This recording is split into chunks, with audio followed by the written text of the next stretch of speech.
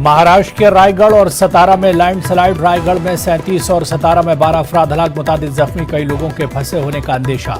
NDRF की team राहत और बचाव में मसरूफ। पोर्नोग्राफी केस का सामना कर रहे राज कुंद्रा को 27 जुलाई तक पुलिस तहवील। मुंबई क्राइम ब्रांच ने कुंद्रा की बीवी शिल्पा शेट्टी से भी की पूछताछ। बढ़ सकती हैं राज कुंद्रा की मुश्किलें। अयोध्या से बीएसपी के मिशन ब्रह्मन का हुआ आगाज। सतीश चंद्र मिश्रा ने प्रोग्राम का किया आगाज। यूपी चुनाव से पहले मायावती का ब्रह्मन वोट पर निशाना।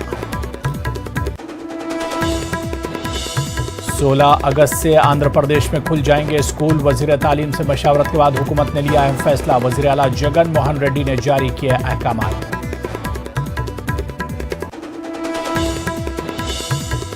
और टोक्यो ओलंपिक में कल हिंदुस्तानी खिलाड़ी बिखेरेंगे जलवा। तीरंदाजी, बैडमिंटन, जूडो और हॉकी की टीमें के होंगे मुकाबले। हॉकी में टीम इंडिया के सामने होगी न्यूजीलैंड की टीम।